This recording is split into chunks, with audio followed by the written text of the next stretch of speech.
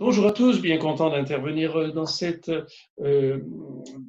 formation.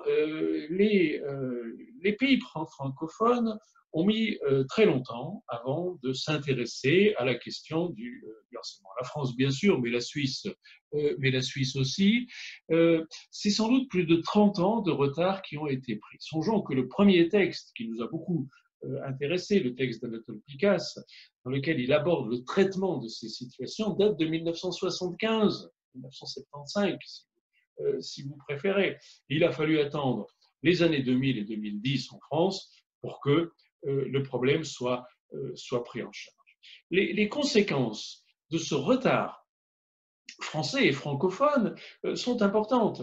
Elles sont importantes d'abord parce que les victimes ont dû attendre 2010 ou 2011 pour qu'on commence à s'intéresser à leurs problèmes et pour avoir commencé personnellement très tôt à examiner cette question-là, puisque mon premier texte sur le sujet date de l'année 2000, je me suis rendu compte à quel point il y avait une solitude des victimes qui ne savaient pas à qui s'adresser. Et le problème, on ne savait pas le traiter dans les établissements.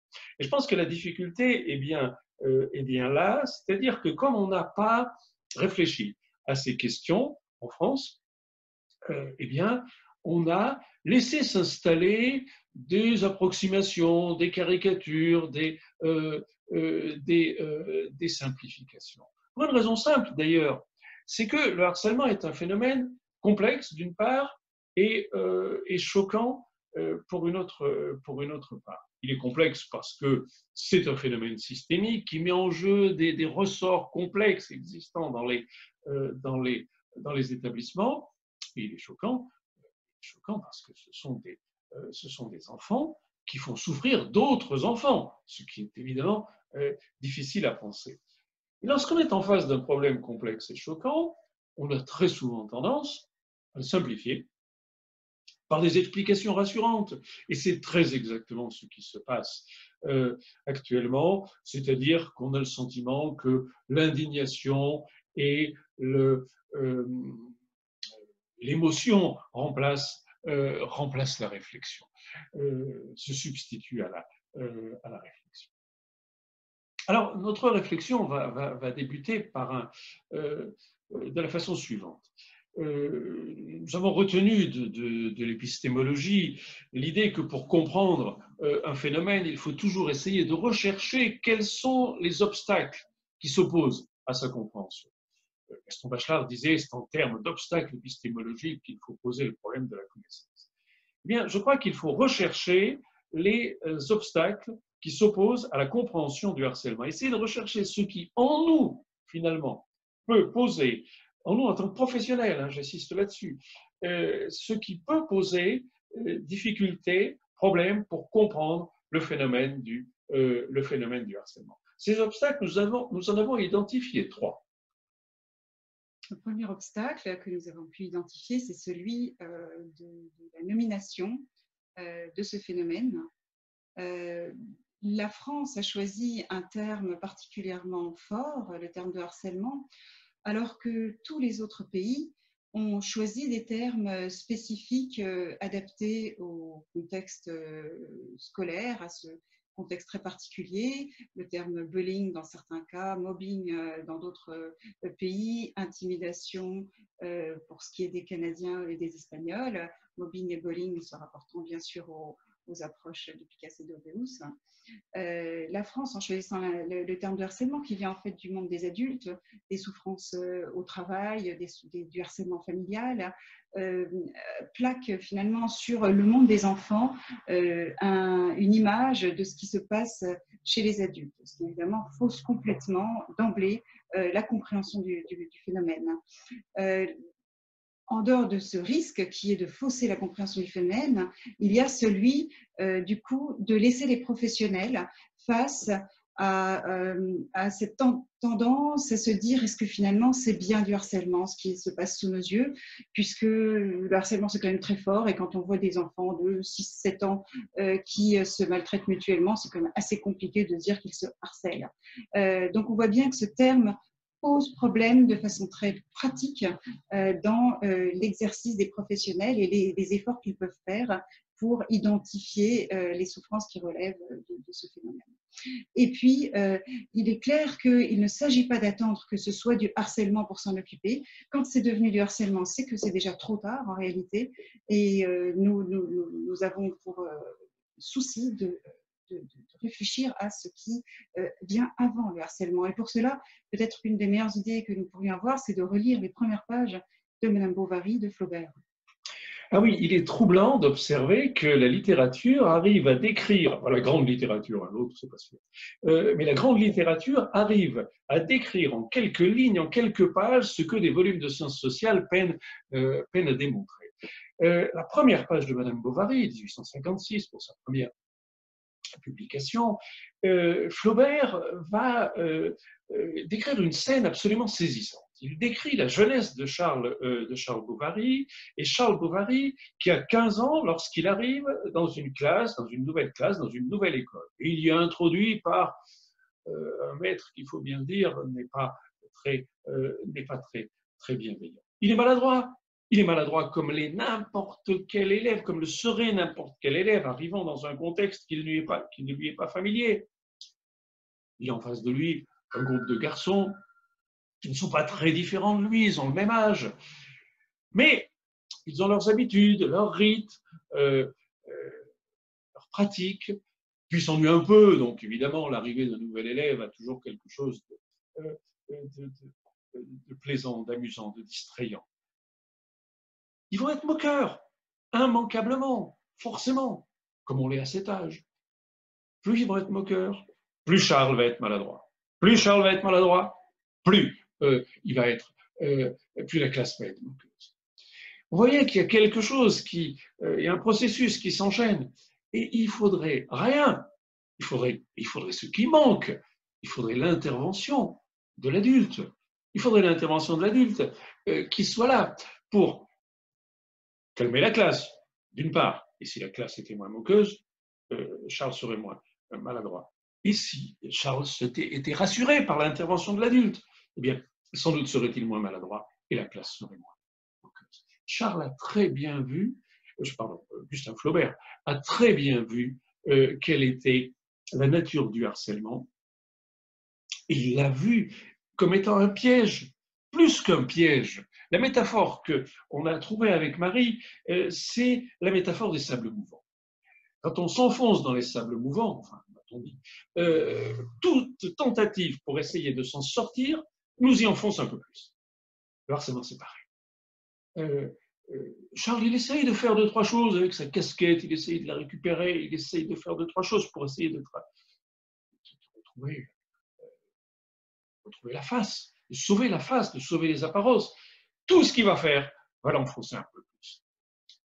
Et de la même manière que dans un sable mouvant, ce qui peut nous aider, c'est la main secourante qui va venir nous tirer, qui va venir nous sortir de là. Eh bien, dans la fiction de Flaubert, comme dans la réalité des établissements scolaires, ce qui manque le plus souvent, est-ce que ça n'est pas cette main secourante de l'adulte? Et puis, Gustave Flaubert a très bien vu aussi, finalement, et ça va nous amener au second obstacle, Flaubert a très bien vu que le harcèlement ne dépend pas de la personnalité des protagonistes et que ce piège de l'intimidation, n'importe qui peut tomber dedans, soit comme cible, parce que n'importe qui arrivant dans la classe de Charles Bovary serait maladroit, mais comme auteur aussi, parce que n'importe qui dans la classe de Charles Bovary se moquerait du nouvel arrivant. Donc il n'y a pas de profil type. Il n'y a pas de profil type de l'élève victime, il n'y a pas plus d'ailleurs de profil type de l'élève harceleur. Oui, Charles Bovary, c'est vraiment Monsieur Tout-le-Monde, c'est vraiment ce personnage tout à fait banal, tout à fait ordinaire, Et c'est ça l'élève cible, c'est celui-là, c'est un élève comme les autres, de même que les élèves intimidateurs sont des élèves comme les autres. Et le danger finalement de ce deuxième obstacle, qui est l'essentialisation des protagonistes, c'est du côté des victimes en tout cas, il consiste à attribuer à ces victimes des traits de caractère, des particularités physiques, des différences, et qu'on constate et à partir desquelles on imagine que finalement elles sont la source des maltraitances qu'ils subissent et que finalement ces maltraitances tiennent à une identité ou une différence. Cette essentialisation des victimes leur est extrêmement préjudiciable parce qu'en réalité, elle valide a posteriori les comportements des harceleurs, des intimidateurs. Et c'est d'ailleurs une des raisons pour lesquelles les victimes se taisent, parce qu'elles ne supportent pas justement qu'on leur cherche des particularités qui vont valider les comportements de leurs intimidateurs. Et en effet, c'est très troublant de voir que de la part évidemment des élèves, mais même de la part des adultes et même parfois de la part des familles, il n'est pas rare d'entendre dire qu'un enfant a été harcelé parce qu'il était plus grand, plus petit, plus chétif, plus fort, meilleur élève, moins bon élève. Vous savez, dernièrement, le dernier cas que j'ai eu, c'est une élève dont on se moque parce qu'on dit qu'elle a des gros doigts, parce qu'en fait, on ne sait pas quoi lui trouver. Vous voyez, donc de toute façon, ça n'a aucun sens. Ces particularités qu'on cherche à déterminer pour classer, comme si on pouvait classer, comme ça se fait malheureusement dans certaines enquêtes, les motifs qui pourraient préluder aux brimades, comme si c'était une question de physique, une question de sexe, de religion et toutes sortes d'autres choses qu'on entend dire. Et d'ailleurs, est-ce qu'on oserait encore aujourd'hui chercher des motifs à d'autres types d'agressions? Est-ce qu'on oserait encore aujourd'hui dire qu'une femme a été violée parce qu'elle portait une robe trop courte? Est-ce qu'on oserait encore aujourd'hui dire qu'une femme a été tuée par son conjoint parce qu'elle avait mauvais caractère? On n'ose plus dire ce genre de choses. Pourquoi continue-t-on encore aujourd'hui à chercher à dire qu'un élève a été harcelé parce que quelque chose? Considérer que les victimes sont pour quelque chose dans ce qui leur arrive, c'est l'un des plus anciens stéréotypes de la persécution. René Girard l'avait montré il y a plus de 30 ans, presque 40 ans, en 1982, dans le bouc émissaire. Et cette force de ce préjugé, de ce stéréotype est telle que les victimes en viennent à se demander si ça n'est pas un peu, beaucoup même, de leur faute. Et elles passent leur temps à se demander pourquoi elles sont harcelées. Alors, de grâce, en tant que professionnels, sortons-nous cela de la tête. Arrêtons de nous demander pourquoi un élève est harcelé. Un élève est harcelé parce que, comme n'importe quelle victime, il est arrivé au mauvais moment, au mauvais endroit. Il a fait une mauvaise rencontre, exactement comme la victime d'accident de la route, comme la victime de viol, comme la victime d'assassinat. Entretenir l'idée qu'un motif serait à l'origine d'une agression équivaut à adopter le point de vue des persécuteurs. Et cette idée selon laquelle il y aurait des motifs au harcèlement, elle est très forte, elle est très prégnante.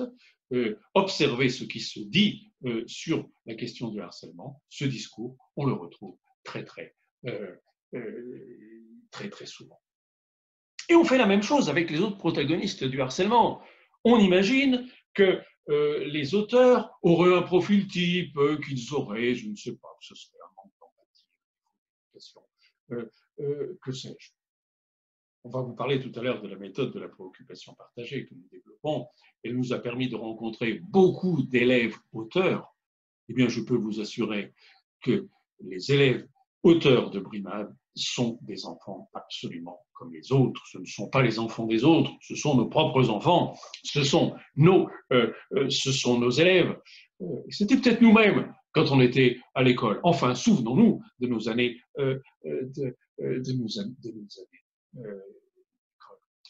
Et puis on fait la même chose avec les pères. On s'imagine qu'ils sont neutres. On s'imagine qu'il y aurait d'un côté le harceleur, de l'autre côté il y aurait la victime, et puis au milieu des élèves qui ne sauraient pas quoi faire, qui seraient étrangers au phénomène.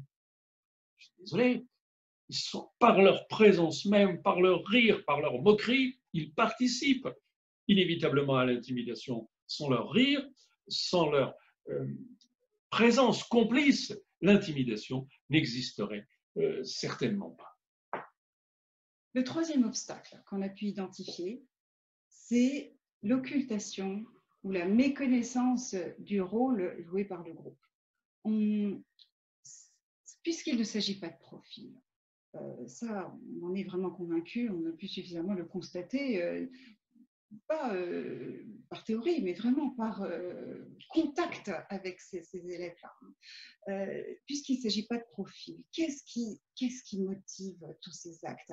Il est évident que ce qui motive tous ces actes, c'est l'influence, la puissance de l'effet de groupe.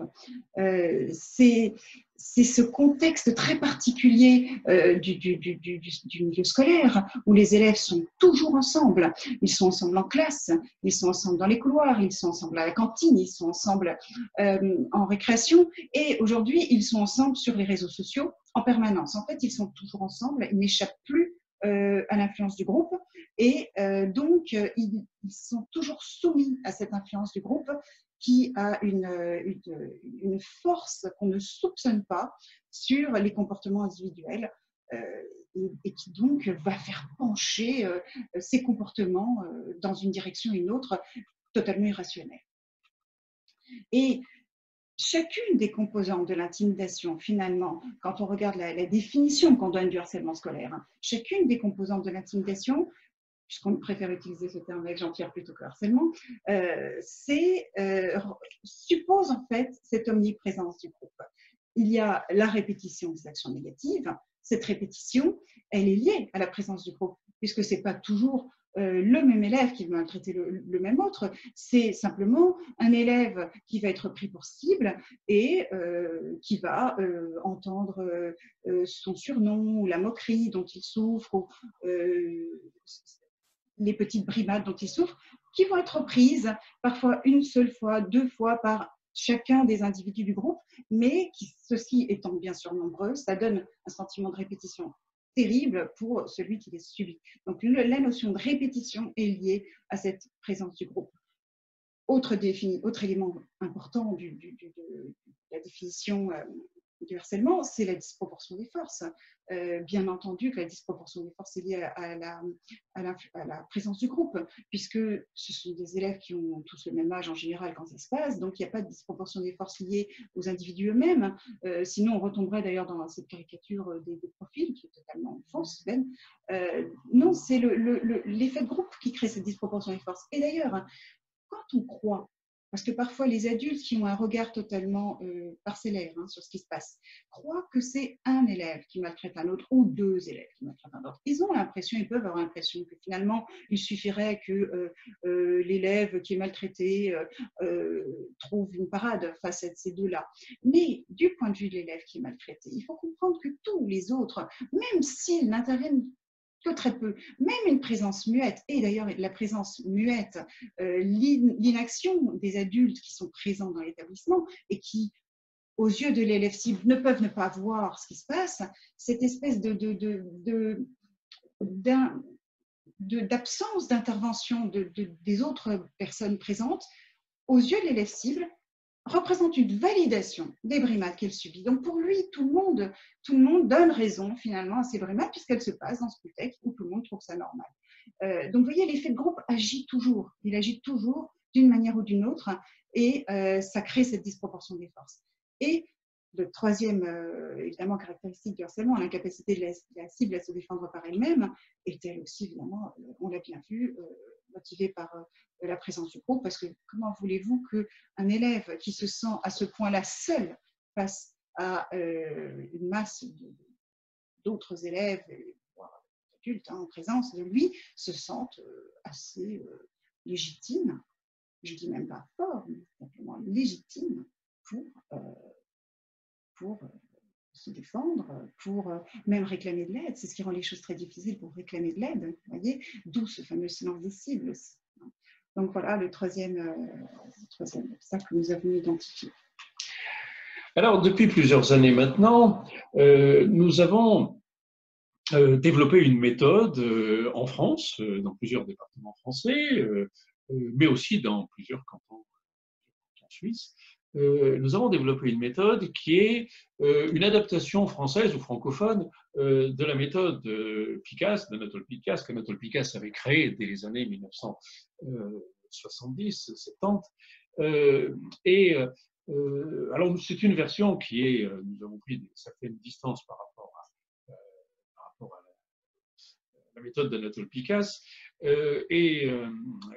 sur quelques points principaux. D'abord sur les fondements théoriques, nous en avons dit un mot tout à l'heure, bien sûr, que nous avons approfondi.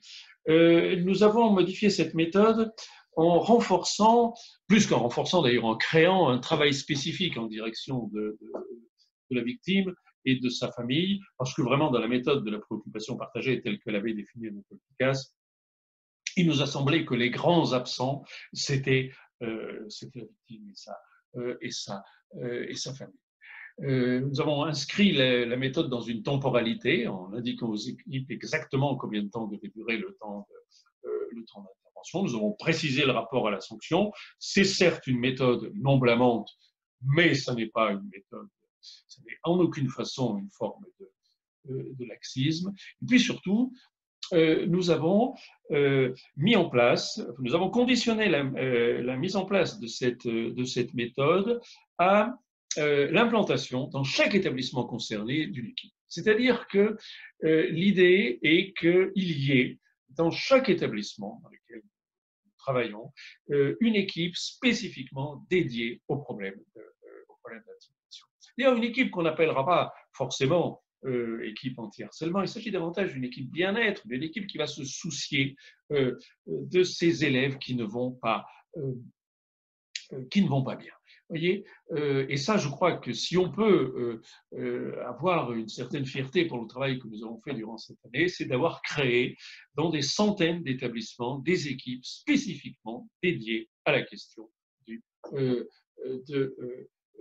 l'intimidation et aptes à prendre en charge toutes les situations lorsqu'elles se présentent. Alors, cette méthode, elle a 3 étapes principales.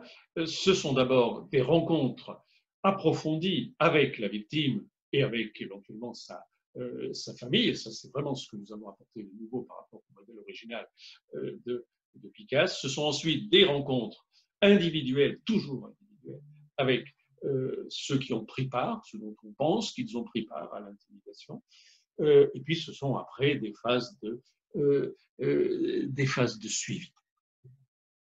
Alors, les rencontres avec l'élève cible, elles ont pour objectif d'assurer à cet élève le soutien de l'établissement, puisque l'élève est en souffrance dans l'établissement. D'ailleurs, même si les problèmes apparaissent sur les réseaux sociaux ou dans les transports scolaires ou à l'extérieur, sur les trottoirs autour de l'établissement, à partir du moment où ça concerne un élève de l'établissement et qu'il ne va pas bien dans l'établissement, puisqu'il continue de ne pas aller bien dans l'établissement du fait des camarades qui le maltraitent et qui eux aussi sont de l'établissement, ça reste le problème de l'établissement. Donc l'établissement lui témoigne un soutien et ça, tout personnel devrait être capable de le dire. Il s'agit aussi de sécuriser cet élève-là par rapport au risque de représailles qui le paralyse en général dans toute demande d'aide, puisque évidemment les élèves craignent que les adultes qui sont au courant de la situation auquel ils vont parler, eh bien, ma foi, procèdent immédiatement par des sanctions, puisque c'est souvent ce qui se passe, ou bien en parlent en tout cas un peu trop librement autour d'eux et que ça vienne aux oreilles de leurs persécuteurs qui du coup évidemment pourront leur faire subir de représailles. Donc il s'agit de sécuriser cet élève par rapport à ce risque-là, en lui expliquant bien que dans cet établissement on a conscience de ce problème et qu'il peut parler en toute liberté parce que on prendra des mesures pour que ça n'arrive pas. On a une manière d'intervenir qui minimise ce risque.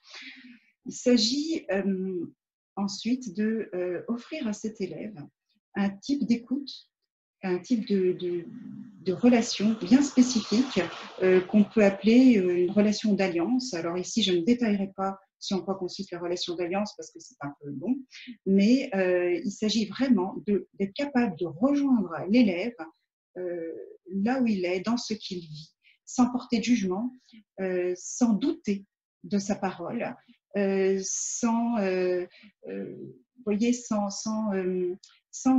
garder cette prétendue distance objective qu'on veut avoir et qui ne veut rien dire. Non, c'est d'accepter de le rejoindre vraiment dans une relation d'alliance pour qu'il se sente en sécurité, car c'est ça qui lui donnera un vrai sentiment de sécurité, c'est de sentir qu'il est pris au sérieux, sentir qu'il est pris au sérieux et qu'il n'est plus seul, en fait.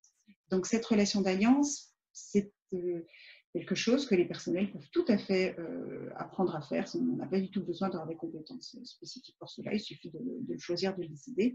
Ce sont des qualités humaines qui sont mobilisées avant tout. Et si vous voulez, cette manière d'accompagner, de sécuriser l'élève cible va tout naturellement renforcer sa confiance en lui, puisqu'elle va lui redonner un sentiment de légitimité. Et cette nouvelle confiance en soi, cette nouvelle confiance dans l'établissement aussi, doit évidemment l'aider à sortir de cette peur dans laquelle il vit, parce qu'il vit dans la peur, ces élèves-là, même s'ils ne le montrent pas, bien sûr, et de remobiliser, je dirais, ses ressources, les ressources qu'il a tout naturellement dans ses relations avec ses camarades. Bien sûr, tout cela sera favorisé par le fait que parallèlement, il y a un travail qui est fait avec les élèves intimidateurs et que, bien sûr, on va éteindre le feu du côté des brimades. Oui, alors en parallèle à ces rencontres avec la cible, sitôt que la situation est signalée à l'équipe, bien sûr, dans l'entretien avec la cible, on va lui demander, mais alors, qui est-ce qui t'ennuie, qui est-ce qui se moque de toi, cite-nous quelques noms. Et plus l'élève aura confiance, plus il aura été réconforté par l'adulte, plus il pourra dire volontiers qui sont les auteurs des brimades. Et ces auteurs de brimades vont être rencontrés très vite par des professionnels, chacun en entretien individuel. Et là, il y a une méthodologie très précise de cet entretien, un véritable protocole, et une posture très particulière qu'adopte l'intervenant qui rencontre ses élèves. Cette posture, c'est un mélange de courtoisie, de cordialité. On n'est pas du tout blâmant, hein, mais en même temps,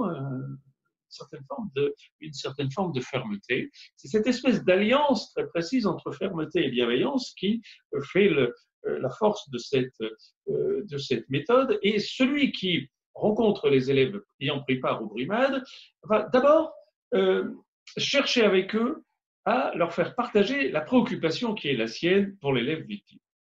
Je suis inquiet, je suis préoccupé par tel élève que tu connais. Il ne va pas bien. Qu'est-ce que tu peux m'en dire? Jamais nous n'évoquons les faits. Nous n'évoquons que la difficulté, le mal-être, le malaise de la victime. Qu'est-ce que tu peux m'en dire? Et sitôt que l'élève a reconnu, l'élève auteur des brimades a reconnu que l'autre n'allait pas bien, s'il ne reconnaît rien, on met fin à l'entretien. Ces entretiens sont très brefs, de l'ordre de 2-3 minutes, pas plus. S'il ne reconnaît pas la souffrance, le mal-être, on met fin à l'entretien et on le reverra.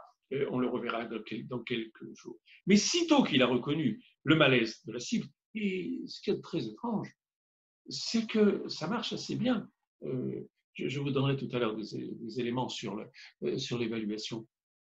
Sitôt qu'il a reconnu le malaise de la cible, on passe à la seconde phase, qui est la recherche de suggestions. Mais alors, qu'est-ce qu'on pourrait faire? Et qu'est-ce que tu pourrais faire toi-même pour que ça se passe mieux pour lui ou pour elle? Là encore, ça ne marche pas toujours du premier coup, mais ça marche aussi très souvent. Et on va essayer de voir qu'est-ce qu'ils pourraient faire. C'est-à-dire qu'on va placer les élèves en situation de réparation, en situation de trouver une solution, aux problèmes qu'ils ont eux-mêmes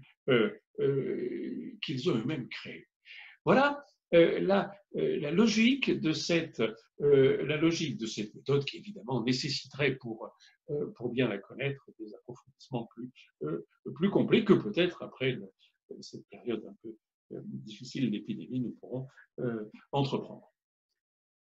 Et si je peux juste compléter quelque chose qui nous apparaît extrêmement important, c'est que, comme disait Jean-Pierre, jamais on aborde les faits. C'est très important car finalement, toute cette démarche, toute cette méthode vise à repérer la souffrance et non pas à mener une enquête. On ne cherche pas de coupable, on cherche qui souffre.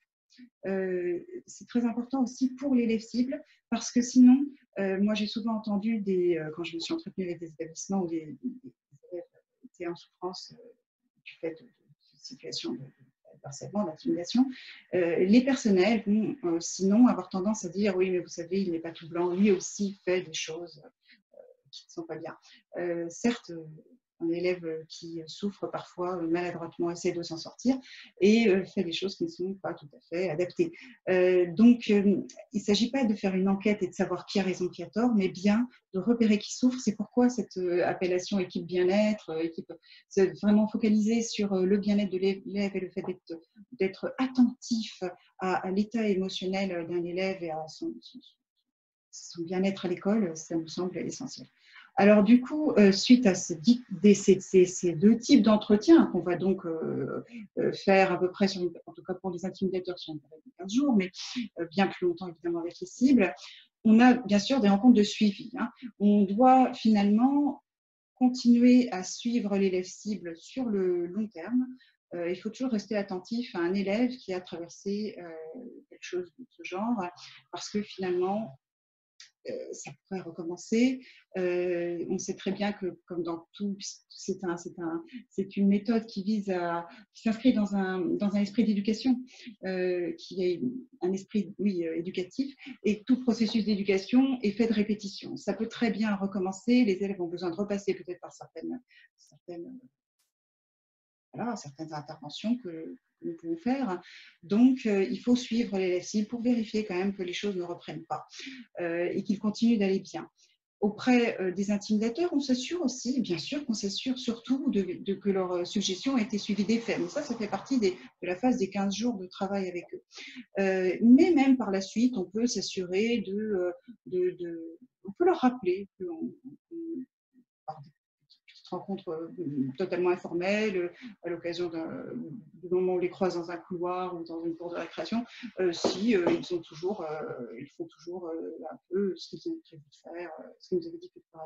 Donc on montre qu'on reste attentif. En fait, le fait de montrer aux élèves qu'on est toujours attentif à leur situation, qu'on se souvient des choses, qu'on est toujours concerné, c'est évidemment ce qui va permettre aussi au changement qu'on a réussi à réaliser de tenir dans le temps. Alors, j'entends parfois dire que cette méthode n'a pas été évaluée. Je l'ai entendu récemment. Mais non, elle a été évaluée à 2 endroits. Elle a été évaluée dans la région parisienne, dans l'Académie de Versailles, où nous avons commencé à mettre en place la méthode à partir de 2014. Donc, vous voyez on a un certain recul, et puis elle l'a été beaucoup plus récemment dans le canton de Vaud avec l'équipe de Canim, Sonia Lucia et Basile Perret. Et dans les 2 cas, on est arrivé à des taux de satisfaction, c'est-à-dire que l'évaluation est simple, hein, c'est le nombre de situations traitées, le nombre de situations résolues. Et une situation résolue, ça signifie que l'élève victime peut retourner en classe paisiblement sans redouter les brimades de ses camarades. Et bien, dans l'enquête de Versailles, nous sommes à 82% de situations résolues, sur un total de plus de 500 situations traitées. Dans le canton de Vaud, nous sommes sur un chiffre de 90%.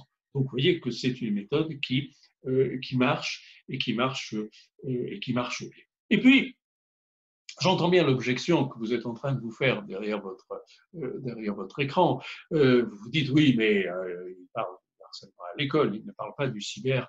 Alors, la méthode peut être utilisée aussi dans les situations de cyberharcèlement, j'allais dire lorsqu'elle se présente sous la forme la plus classique, c'est-à-dire que les moqueries commencent à l'école, se poursuivent le soir sur les réseaux sociaux et reviennent le lendemain matin. Dans ce cas-là, aucun problème pour traiter avec la méthode que nous venons de décrire.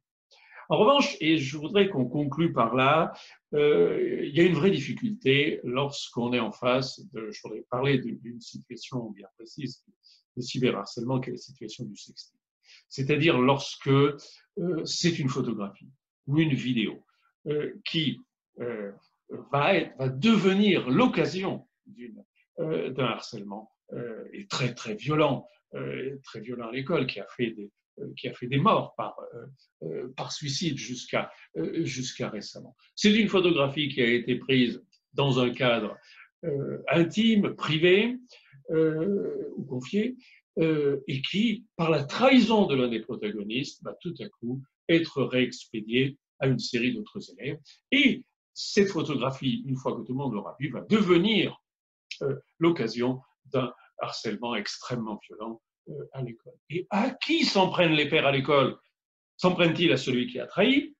S'en prennent-ils à ceux qui ont relayé la photo? Non, ils s'en prennent tous, c'est toutes, avec violence à la victime, ce qui pose des problèmes gigantesques.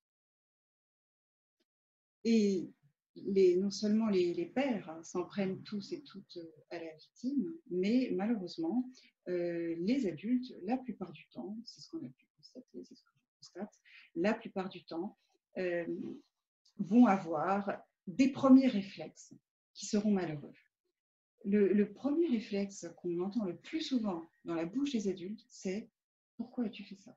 Pourquoi as-tu publié telle photo de toi? On t'avait prévenu qu'il ne fallait pas mettre n'importe quoi sur les réseaux sociaux. Tu avais suivi une sensibilisation aux réseaux sociaux et à l'usage des réseaux sociaux comme ils en suivent tous. » Donc en fait, on a pour premier réflexe d'accuser la personne victime qui, il faut quand même le rappeler, subit un traumatisme d'une violence inouïe, puisque d'un seul coup, tout le monde est contre elle, de manière brutale, rapide et massive. Donc vous imaginez le traumatisme que ça représente pour elle et le danger psychologique dans lequel elle est. On sait très bien que ce genre de situation peut conduire très vite au suicide. Et lorsque ça ne conduit pas au suicide, le traumatisme peut être extrêmement profond et définitif, alors que ça s'est passé en un claquement de doigts. Donc, les premières paroles qu'elle entendra de la part d'adultes qui comptent pour elle, que ce soit ses parents ou que ce soit des personnels scolaires, enseignants, directeurs, personnels de vie scolaire comme on en a en France, les premières paroles qu'elle entendra la marqueront définitivement. Et toute parole maladroite, toute parole qui lui reproche, même avec la plus grande bienveillance du monde, une maladresse de sa part, c'est insupportable pour elle. Il ne faut absolument pas ça. La seule chose à lui dire, la seule chose à penser d'ailleurs, c'est toi tu l'as fait mal. Pourquoi aurait-elle fait quelque chose de répréhensible? D'ailleurs, la loi, en tout cas en France, ne la condamne pas du tout. Mais non, elle n'a rien fait de mal. Qu'est-ce qu'elle a fait à la rigueur? Elle a voulu plaire au travers d'une photo qu'elle envoie ou d'une vidéo qu'elle envoie. Mais qui ne cherche pas à plaire? Et pourquoi est-ce que nos enfants, nos adolescents qui vivent, et ça ne nous dérange pas du tout, hein, toute leur vie sur les réseaux sociaux, tout à coup, il ne faudrait pas que cette partie-là de leur vie, ils la vivent sur les réseaux sociaux, il faudrait que ça, tout à coup, ce soit hors champ, hors jeu, hors de notre monde contemporain. C'est impossible, on leur demanderait l'impossible. Forcément que la séduction va aussi se passer sur les réseaux sociaux. Et forcément que n'importe quel enfant peut à un moment être celui qui va être ciblé parce qu'il y aura telle ou telle photo de lui, parce que tous on aura des photos de nous qui circuleront, y compris celles qu'on n'aura pas choisi de prendre nous-mêmes et qui vont quand même circuler. Donc, les premiers réflexes à avoir de la part des adultes, ils sont essentiels. C'est « tu n'as rien fait de mal, nous sommes de ton côté, ceux qui ont tort sont ceux qui ont trahi et partagé ta photo ». On retrouve d'ailleurs très exactement sur cette question-là le stéréotype de la persécution dont nous parlions tout à l'heure, c'est-à-dire qu'il consiste à rendre la victime responsable de ce qui lui arrive. C'est pour cela qu'au sein des équipes que nous formons dans les établissements, nous faisons toujours en sorte qu'un professionnel soit plus spécifiquement formé à la question du sexting et devienne en quelque sorte, lorsqu'il y aura problème, le référent ou la référente sexting. Voilà, nous arrivons, je crois, au terme du temps qui nous était imparti. Si vous avez quelques questions, je vous conseille de vous rapprocher du centre Résis. Vous trouverez toutes les coordonnées sur Internet, sur notre site, centre Résis. On retrouvera l'adresse et également une adresse mail. Merci, au revoir.